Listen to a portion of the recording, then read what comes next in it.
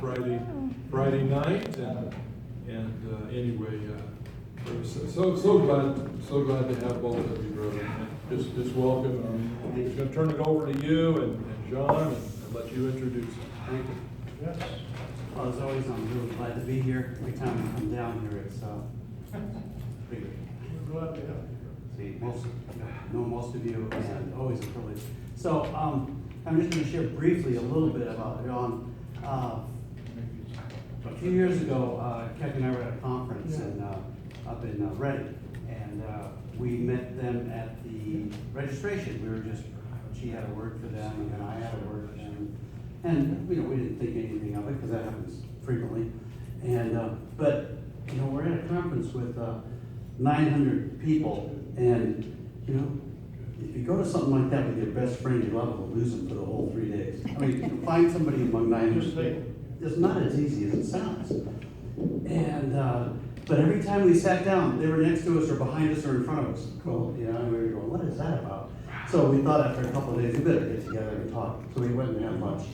And it turned into a 5-hour lunch where they were talking, and we were just like, who are you guys? And they were saying somebody paid their way to America and come to Reading to a conference, and we fell in love with them. And I have to tell you something. One of the things I realized along the way is we don't really know what our capacity to give is, and give of ourselves, our time, our finances, our resources, and whatever, until we give it all to God and say, Lord, give through me and show me what to give. Because it's way beyond our mental ability. We think we can't give of ourselves because we don't have the time, or we think we can't give of our resources because we don't have the resources. That's a lie. Because he is the God of bounty, and he gives to us in order to touch the world around us. So I felt guilty for a couple of years after that because we couldn't do anything for them. I was thinking, they come all the way to America, come all the way to Reading, and they get us. And I'm thinking, somehow something didn't click here for them, and they just go back home, and they're probably scratching their heads a little too. That was a great conference, but what happened? And 2 years later, Lord woke me up at 2 in the morning, and he only said was 3 words. He said, go help Jean. He doesn't have the inflection that I do, but I don't know if it's John or Long, I'm not sure. But the part is I said yes, because I don't argue with God about anything. He said, do it, I do it. It's really simple. We have a simple relationship. He says, go, I go. He says, stay, I stay. So he said, go help John. So I got up, started praying into it. I go, and where is John? I'm trying to figure that out. I get maps out and I go, oh, Rwanda, that's the middle of Africa. Okay, haven't been there before. And my wife wakes up much later, and I say, honey, I'm going to Africa. And she goes, no, you aren't. I go, yes, I am. No, you aren't. I go, yes, I am. So I'm there. I said, look, honey, God told me to go. She goes, oh, well, that changes things. I said, I know. I guess I'm going to Africa. She goes, how are you getting there? I said, no idea. No idea at all. I said, but I do know this. Yeah. I said, I'm completely unqualified for whatever he has me to do. And what he told me was that was my biggest qualification. Yeah. It's a Gideon's affair. I can't do it. I know I can't do it. I'm the guy he's been looking for. So shortly after that, and we were in a low time where it was during that thing they call a recession or something, and for a depression for us, and we got pretty much wiped out. We didn't have any money for anything to speak of. And we agreed that I wouldn't buy the plane tickets till the money came in. And so we said, okay. And then one morning I was up early praying, and the Lord told me, he says, buy the ticket right now, pay $900. I go, okay. So I get online, there's a $900 ticket. I bought it, put it on the charge card. And she woke up later, and I said, honey, I bought the ticket. She says, I thought we had an agreement. I said, I know, but God told me to buy it. So she goes, well, I got to see how this works out. Later that day, somebody handed me $900. It wasn't even 24 hours. The ink wasn't dry. So I was going to Africa. Got off the plane, John, and I've been sending emails, and they were probably thinking, he's lost it. Who is he? Most people come, or some people come. They come to make a name for themselves. You take a picture of me with 5,000 Africans or 50,000. I'm going to go back home and tell everybody what a great preacher I am, or something. And I said to them in the email, I said, look, I want to stay with you. If you don't have room for me to stay, I'll sleep on the ground somewhere. If you don't have room on the ground, I'll sleep on your neighbor's porch if they have such a thing as a porch. I don't care. I'll eat what you eat. I'll sleep where you sleep. They met me at the airport, and they said, we got you a hotel room. I said, I don't want a hotel room. I said, I'm staying with you. They said, you might not like our house. I said, I'll love your house. He said, well, you might not like our food. I said, I'll love your food. So I moved in with them for a short trip, and we fell in love. And as we went out every day and we ministered, God moved mightily and powerfully before us in all ways, salvations, healings, miracles, everything, every day from sunrise to way after sunset. And I saw what they were doing, and when he took me to the main village where they ministered, I stepped out of the car. The first thing my foot hit the ground, and I could just feel the blood in the ground. This is where the slaughter began. This is where the genocide began, and I was grieved in my heart. And then I saw these broken people, and I suddenly realized that poor was too rich a word. I thought, I don't even have words to describe what I was seeing in the living conditions that they lived in. And this is where the Lord called John and Christine, and they've led. Nobody, who has a counter? Nobody knows. All I know is when they call a meeting, 500,000, 1,500 people show up, and it moves, and God moves powerfully, and it's an amazing testimony of they showed up with the same way. The Lord sent them from Canada, and He said, leave everything behind, and they bought one-way tickets and got on a plane with nothing, and flew there. And everybody that knows them told me they're nuts, and they are just as good for crazy people. Because they have to be crazy to really live the gospel in the fullness, right? It's contrary to the world system. It makes no sense to the natural mind. Right. It's like our provision is Him. He's our sole sustenance. Yeah. So, John and I have kindred spirits that way.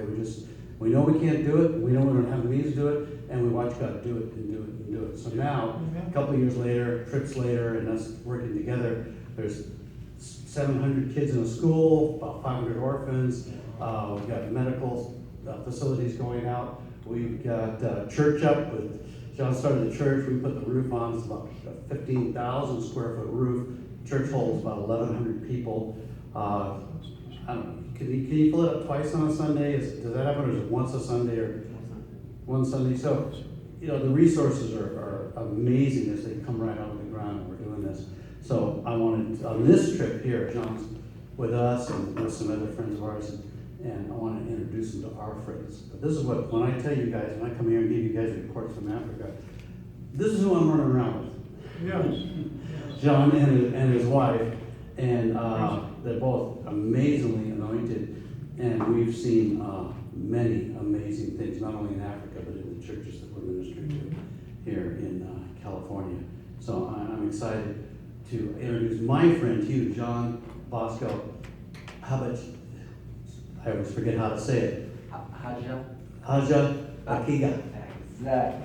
I just got to get going on it. I'm going to Take it down. But, Hallelujah. mighty man of God.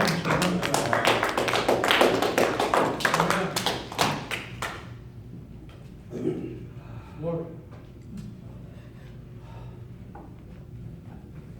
Hallelujah. My name is, I think my name comes from heaven because if you don't know speaking tongues, it's very hard for you. But really, I'm so grateful and I'm so excited. And I'm so happy to meet you as a body of Christ. Amen. In my country, to see grown-up people that love God, it's a few, because many people, you know what's happened, they kill them. We are a new generation. Means to see grown-up people, it's difficult. The whole country is a new people. We are old. Okay? Right now I'm old in my country because other people, they are young. It's sad, but thank God because we are surviving. John, if I can just intercept here, you mentioned the genocide, and that's probably what you're referring to, the reason why there's so many young people and the older just are not there anymore. Could you maybe share a little bit about that with us? And okay, maybe some people here, they don't know. yeah, we don't know the history of Rwanda. Some Okay.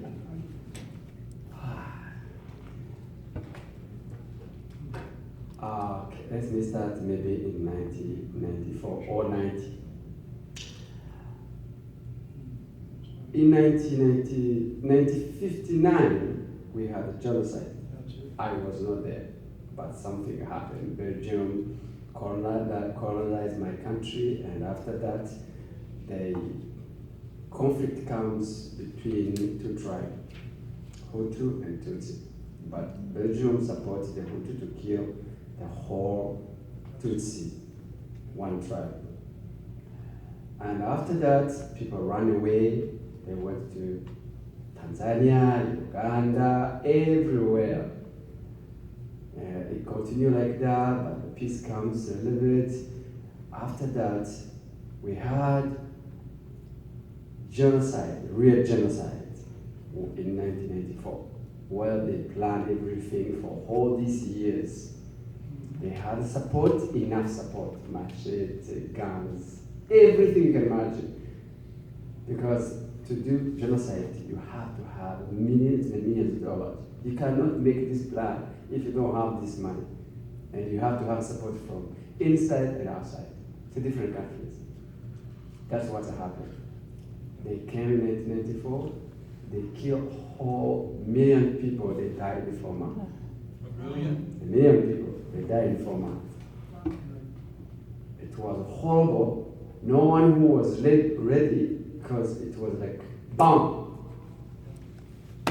And whole million died.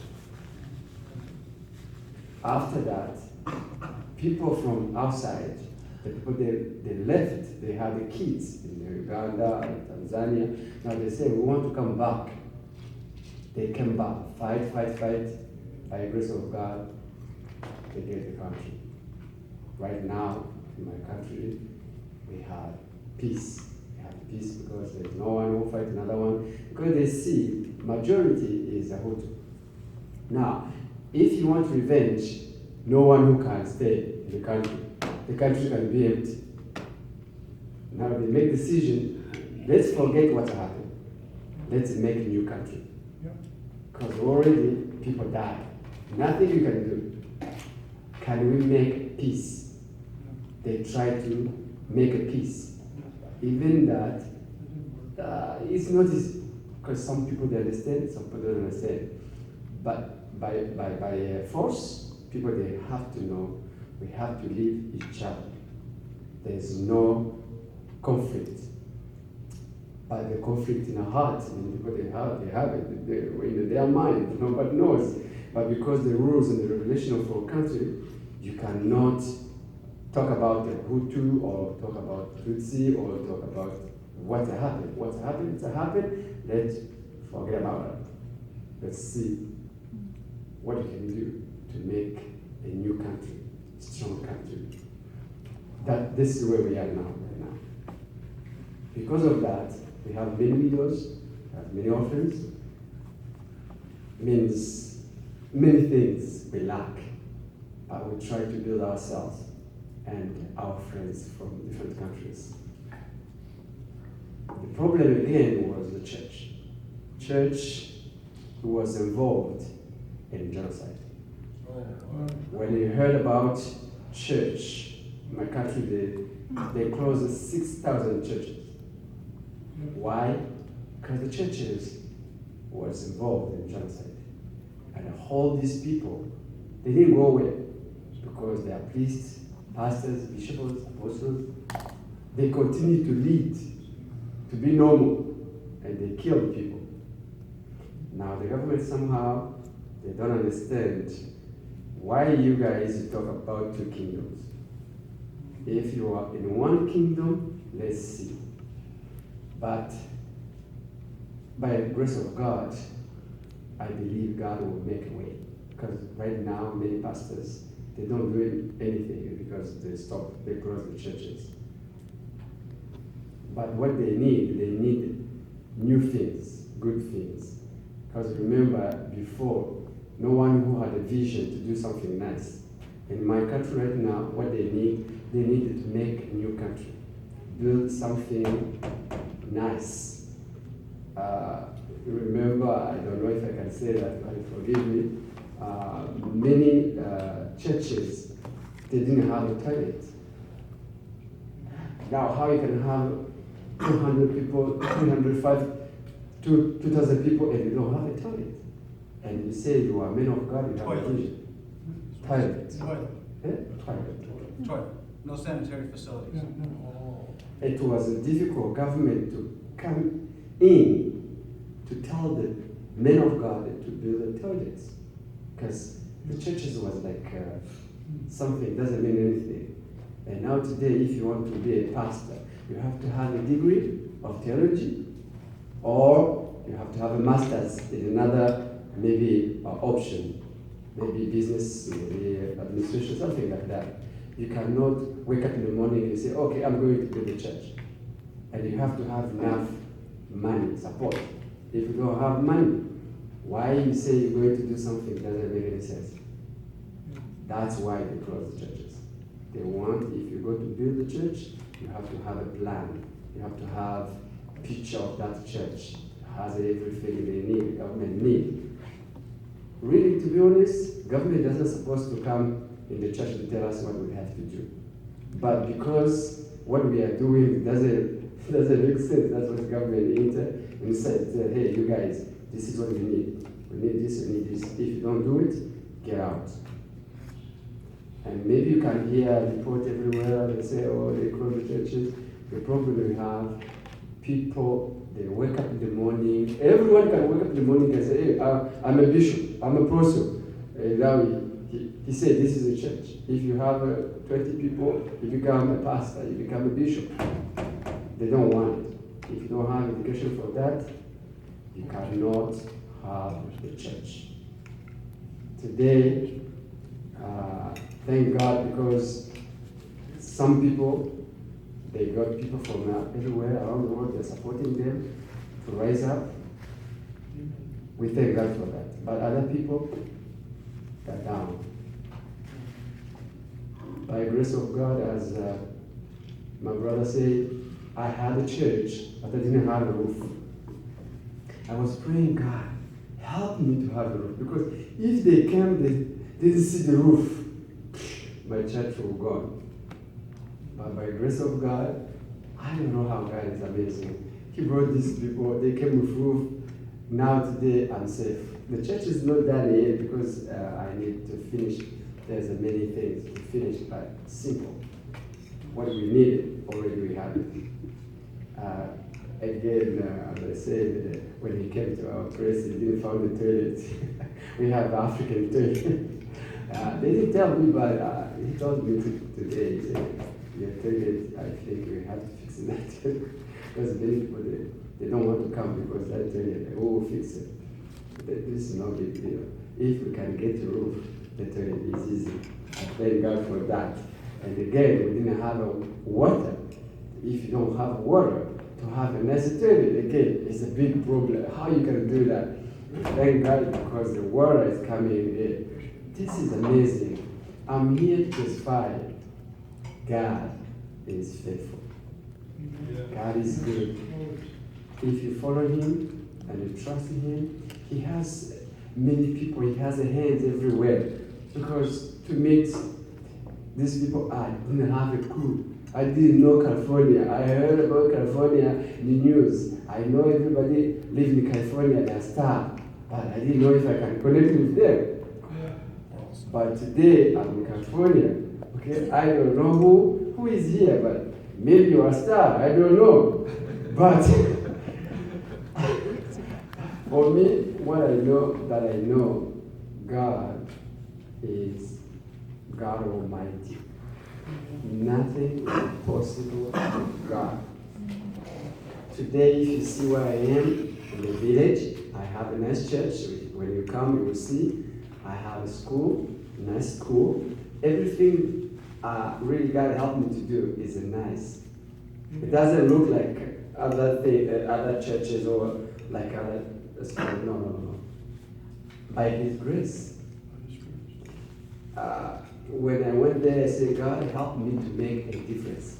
Why I say help me to make a difference is because what I see, it doesn't really make sense.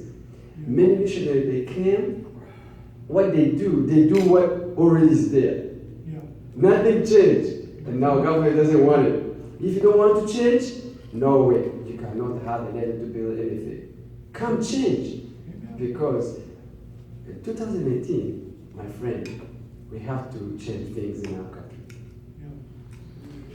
That's why you heard all these stories.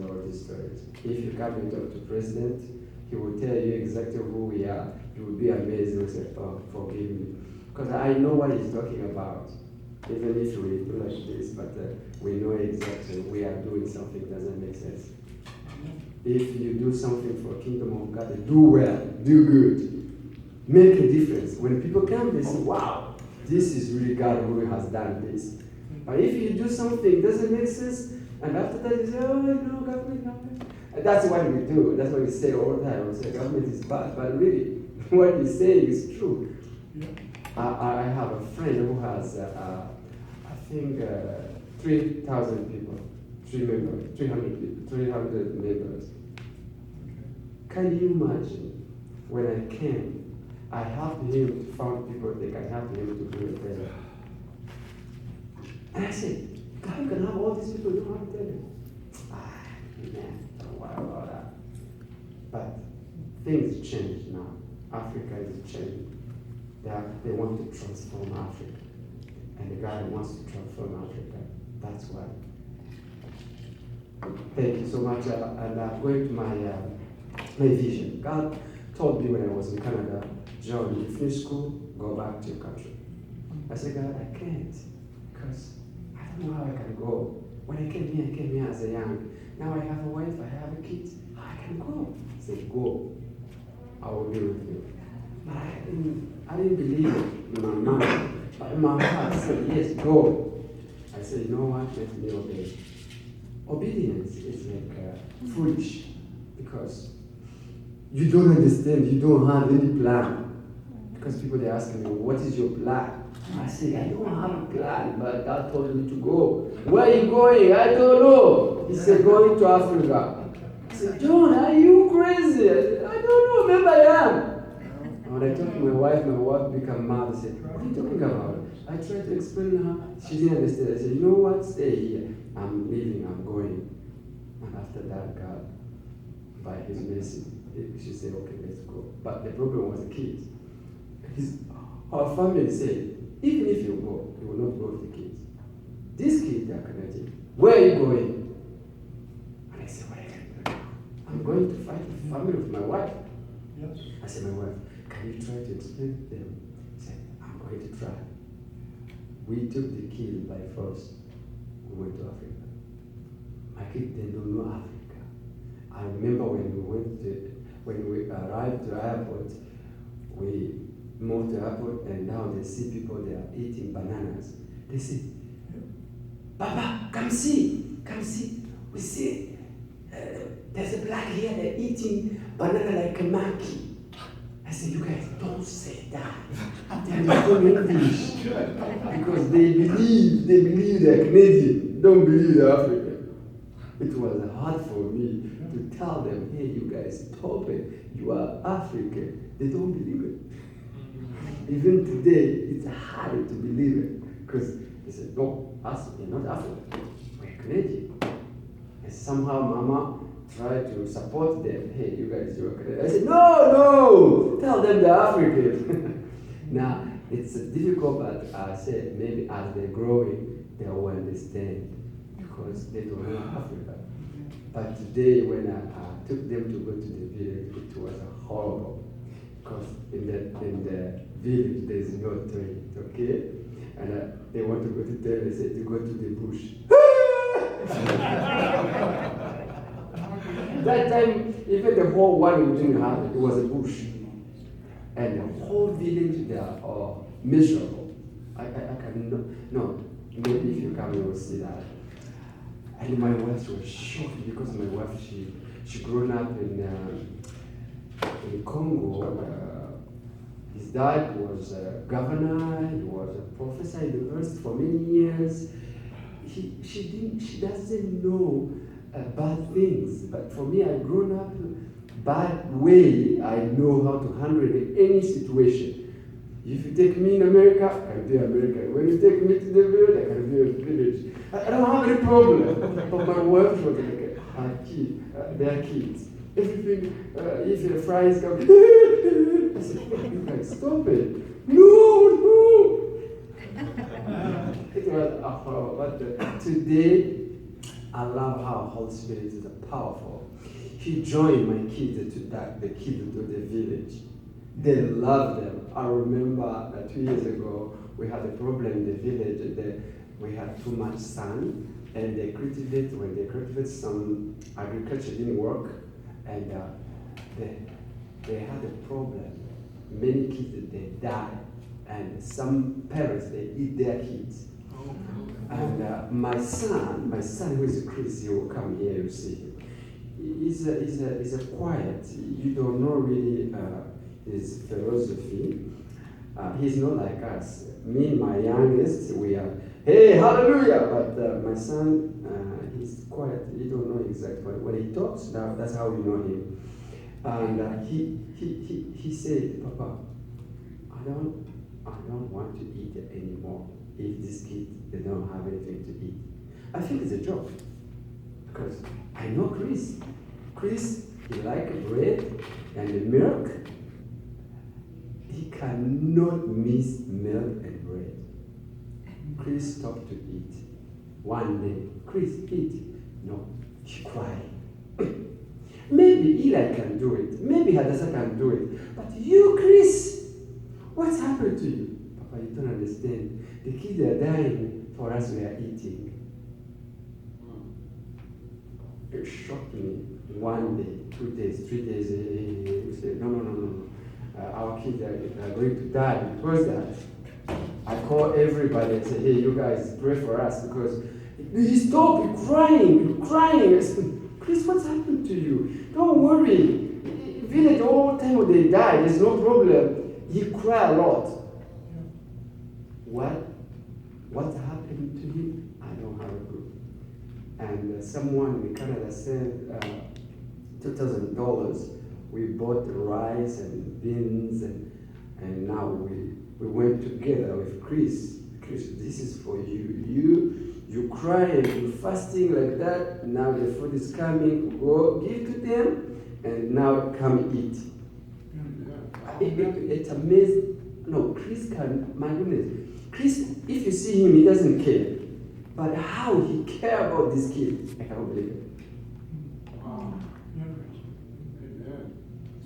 Everything about Chris is Nehemiah, soccer, games, like that. He's not really someone you can say, oh, this kid maybe is a preacher. He doesn't show anything about Christianity. He's a deep guy. He doesn't want to show anything. But that time, it was unbelievable.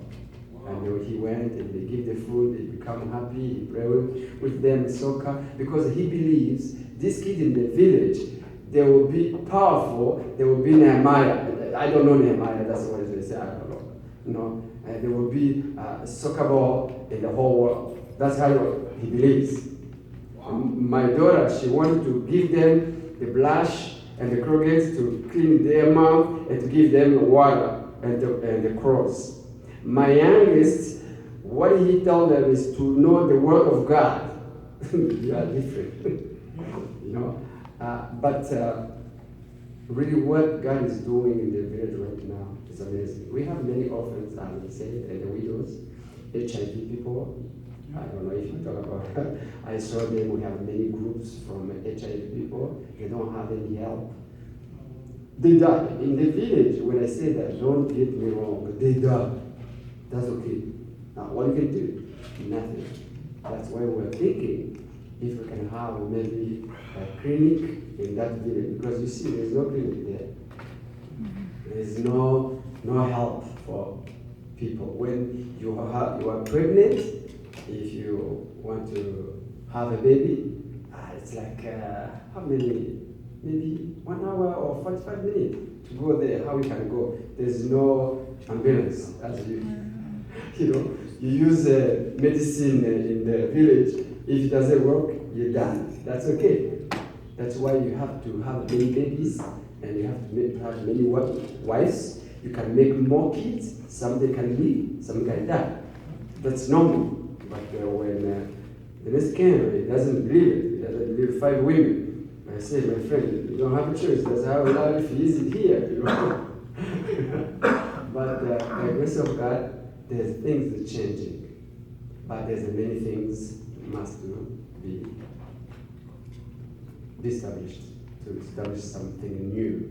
We need often place where they can have their house, they can have shower, we can teach them how to be human. Because some people, they don't understand how to be human. What do you mean? That's how they grow now. They have a house, I don't know if you told you, they have a house like this. This house, think how many people they live in that house. 9 people. It means there's no life. It's the size of your bathroom. Yeah. See, That's how big the house is. Yeah. Made of mud. we need help. We need help. Many times, I don't know how to explain it. I need some people to come to see, and then they can explain. Because when I say that, sometimes people say, exaggerate. No exaggeration. It's too much. Something you cannot imagine. Even me myself, I'm African, but when I see that, I say, gosh, help me. Because I've grown up in the city. Many people, they live in the city, they don't know what is in the village. They ask this man. Some people live in the town, they're okay. They don't, even if you tell them there are people there that are suffering, they say, what? Nobody. We don't have people like that. They have the fingers, too much. They don't have water. I will show you, when they come back, I will show you how I baptize people. The water to baptize people is dirty. My wife was saying, no, don't go in. Go with the boat. I said, no. Boat for what? You can die in that disease. I said, that's okay. If I die, I will die in Jesus. Because I don't have a choice. I have a call, and I have to finish what God called me to do in that place. But guess what? God is good, always. No sickness, no disease. I'm okay. And now God is blessing me. The water, if water comes, wow, it will be amazing. That's why I'm so excited to see the wells coming. Because in that village, there's no well. There's no water. People, they drink water, they die. The water we have is bad water. And they know that. If you drink this water, you get sick. Simple. And the people, they drink it. Because they don't have any choice. But thank God for that. My heart, listen to my heart loves, even now, is a church. Because I believe the church. Why I believe the church is this. Why I'm saved is because the church. If there's no church, there's no life. That's my meaning. If there's no church, there's no life. Because where the church is, there's a light of God. Means there's a kingdom of God. Now when the church is established, school comes, clinics comes, orphanages, where comes, everything comes because there's a church. If there's no church, how all these things can come? That's what I believe. Help me to understand me. I know sometimes it's difficult, but this is my vision. God told me, go establish a church and build school, clinic, and Christian center everywhere you go. Because Christian center means this Christian center will help orphans, widows, and all those that are poor people that cannot afford anything. That's what I believe. This is my vision. Today, I thank God because the church already is established. Again, school now is established, even if we need to have a high school. Maybe in the future we can have a university, we don't know. Clinic, we are waiting clinic. Water is coming. Guess what? Christian center is coming too. I believe it. And now in that village, the light of God can feel everywhere. We can move to another one. My purpose, my plan, my goal is to make disciples everywhere we go. I don't want to be anything. People, they call me pastor. That's okay, but really I don't need it any time. But I want to make a difference. In my heart, people call me pastor, but I'm not pastor. It's because what I'm doing, it looks like a pastor. But in my heart, I want to make a difference. I don't need any title in my life. Make a difference everywhere I go. I need help in the spirit. I need help in the physical. I need brother. I need papa. I need mama. I need sisters to support me, to help me. Together, we can make a difference. Right now, look what's going on in Africa. We need people who have a heart of God.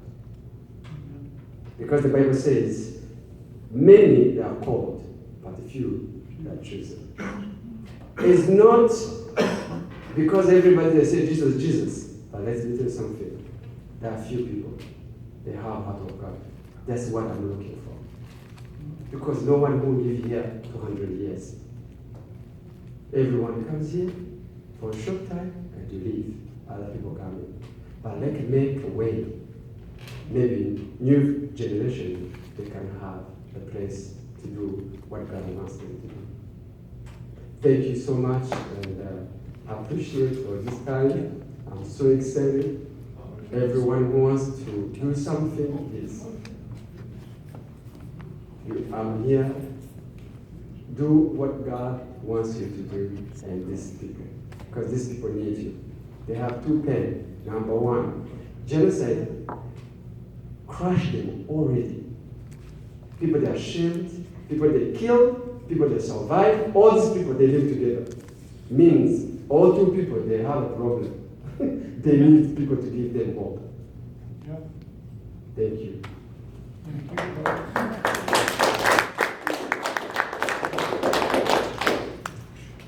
So I just want to give you a couple of stories, a couple of things that happened to us there. One is I've been a builder for most of my life, and Lord told me when I go, he says, don't build anything. He says, hire people to build. I didn't have any money, so it wasn't a problem. Second trip, we had money. But we're looking at putting a roof on the church, and it was a big church. It was like, I forget what the roof was. What was it, $20,000 to put the roof on. The roof was 15,000 square feet. And we got the roof on, and we're putting the roof on, and we realized, because I brought a doctor on the last trip, and we realized that the biggest problem there is the water.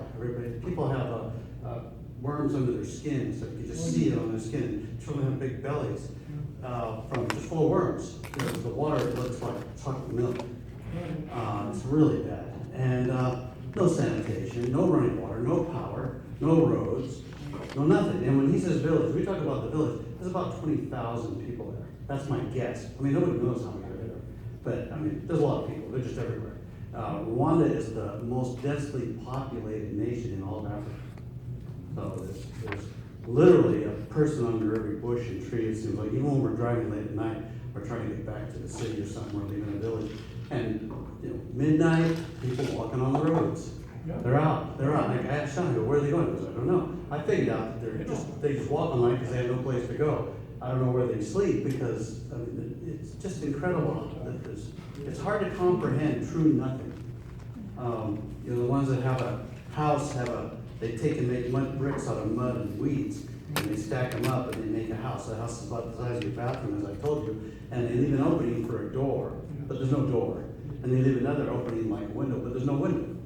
And the ones that have something going on, maybe hang an old tattered shirt or something in the hole that does something. And they make a roof out of whatever they could scrounge up and make a roof out of. And there's nothing inside, there's no furniture. They don't have a bowl or a fork or a spoon or a knife.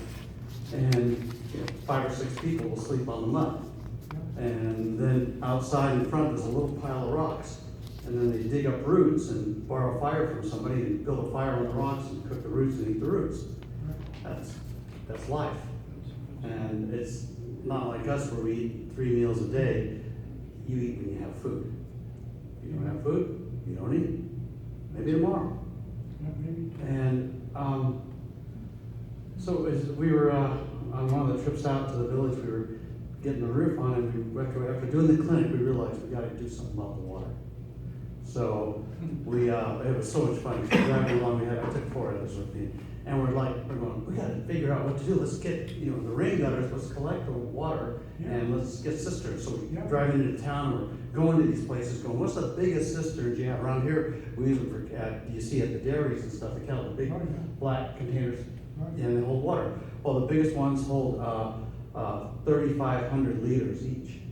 And so we're digging into our pockets, we're going, I got 500, I got 600, and we went and bought 6 cisterns, right? And then we hired a plumber to go out and plumb off the gutters into the cisterns. So when it rains there, it's not like any rain I've ever seen in my life. It's like unbelievable. When I first went to Kigali, which has got some paved roads, and I looked at the gutters, and the gutters are like 3 foot deep, and they're like that, and I go, well, that's insane. If you step in one of those, you break your leg. Why would anybody do a 3 foot deep gutter? Then I saw it rain for the first time, and I was wondering if the gutters were deep enough. It's like unbelievable. I mean, it's like if you're driving, it's like somebody picked up your car and just put it at the bottom of the lake. You can't see anything. You're just immersed in water, and then it stops. So anyway, we got the roof on, we got the gutters on, we got the cisterns hooked up, and we got a call from the village. The cisterns are all full. This is like 2 days after we put them in. Yes, 22,000 liters of water. We're so excited. But the people won't drink the water. Why? Because they've never seen clear water. They don't know what it is. Their water's mud, right? So we're on our way out to the village, and we get out there, and I take one of the old ladies with me, and I've got my water jug, and she's got hers, and dump our water. I show her how to use a spigot, and I fill my jug, and I drink it. And she gets it because nobody speaks English. Nobody speaks any language I can recognize. And so now that takes care of the old ladies and the normal people. Like, they're going to fill the jugs and drink the water, but the kids are terrified of it. So I take and fill up my bottle of water, and I start throwing it at the kids, and I start chasing the kids. At first the kids are running away, but now they're coming back, and pretty soon they're coming back with their mouths open, and I'm throwing water. And after that, it's game on. So now we're providing water for about 2,000 people. And it's changing lives. It's absolutely changing lives. On our way out on the last trip, so the witch doctors, before we came out, heard that I was coming back, and so John, so they go out and put curses on everybody and everything. And every time somebody dies in the village, the witch doctors take credit for it. So people are really afraid of the witch doctors. So they have little stones that they'll pray over and do an incantation over, and they throw it in the church and throw it, and everybody's terrified of it because if you touch it, you die. So on the way out, a wind came up and blew down the houses of the 4 main witch doctors who live in different areas of the village. And they were trapped in their houses. I mean, they were almost killed. And it was like, this was like crazy. Now, everybody else's houses are okay. Their houses all blew down. So then we got the water going, so then we send them water and food, and we're taking care of the witch doctors. Because they're going to come in the kingdom. There'll be some great evangelists. One day we met with a bunch of AIDS patients, and over there, if you have AIDS, it's equivalent to leprosy. As far as anybody, nobody wants. They're deadly. If you tell your family you have AIDS, you're excommunicated. You're out. And so it was secret meeting, and we had about 3 dozen people in a room, about maybe half the size. And for some strange reason, I don't know, we come into a room and we'll sit like this or we'll sit like that. They're sitting along the walls, which is interesting. We walked in the room, we shared a few things. Holy Spirit told me to honor them. And I went, okay. So I went up to the middle of the room and I looked at one side and I bowed to him. And I said, bring honor in the name of Jesus. And I bowed to the other side, bowed to the other side. And right after that, I can't say it was a wind. It was Holy Spirit came into the back corner of the room and blew everybody out of their chairs and just hit everybody. They started laughing and weeping and jumping, and I mean, the place went crazy. I was like, this is pretty good. I don't know what it means, but it's pretty good. So we left and went on. So it's been a year, over a year and a half. And every once in a while I check with John, because going to a doctor out there is like a life event. You might see a doctor once in your life, maybe. I brought a doctor to the village, that was a big deal. But these people were all on some kind of AIDS medication and stuff. And I said, John, how are all the people doing? that we pray for. He goes, oh, they're doing fine. I go, what do you fine? What does that mean? He goes, oh, they're doing great. I go, what does that mean? Are they living their lives and are they healthy and happy? He goes, yes. And I go, and have any of them been to a doctor? He goes, no. So a year and a half later, 3 dozen people, I can't say 3 dozen AIDS patients got healed because I don't know, but all I know is they're alive and happy. So I mean, for me, that's good enough. But it's like public, you know, we get to do this. We get to go out and touch these that hurt so much and that are so forsaken. For 75 years, they've been called cockroaches by the neighboring tribes and nations, and people would hunt them just for practice. Just kill them, just, you know, I need to practice. You know, oh, there's one, let's kill a Tutsi. And think nothing of it, because they weren't considered human. And so as we're out there loving on them and watching them receive this love and soak it up, I mean, I can't even imagine the emotional baggage they carry. I mean, we struggle with our own here. You know, growing up in America, your family, your dad wasn't so great, your mother wasn't whatever, maybe she was wonderful, but you know, whatever, somebody betrayed you. We got all these issues. I know as you know, you're doing pastor type ministry, you're counseling people and you hear their horrible stories. There's no horrible story you can get here that even compares to the horrible stories that any one of them out of a crowd you can pick out. And their stories are far beyond this, and yet they have hope, they have joy, they have happiness. This man is bringing the gospel to them when we work together there. We go to village after village, and we just see amazing things, many salvations, and many baptisms, many filled with the Holy Ghost, many delivered of demons, set free of everything possible. And it just keeps going, it keeps ballooning. I say it's like this. When you throw a stone in a pond, you get a ripple. Everything we touch and do over there, it doesn't make a ripple, it makes a wave. It's like a tidal wave, it gets bigger and bigger. And it keeps going on. We get reports back from something that we've touched or something, and weeks or months later, instead of being this big, it's this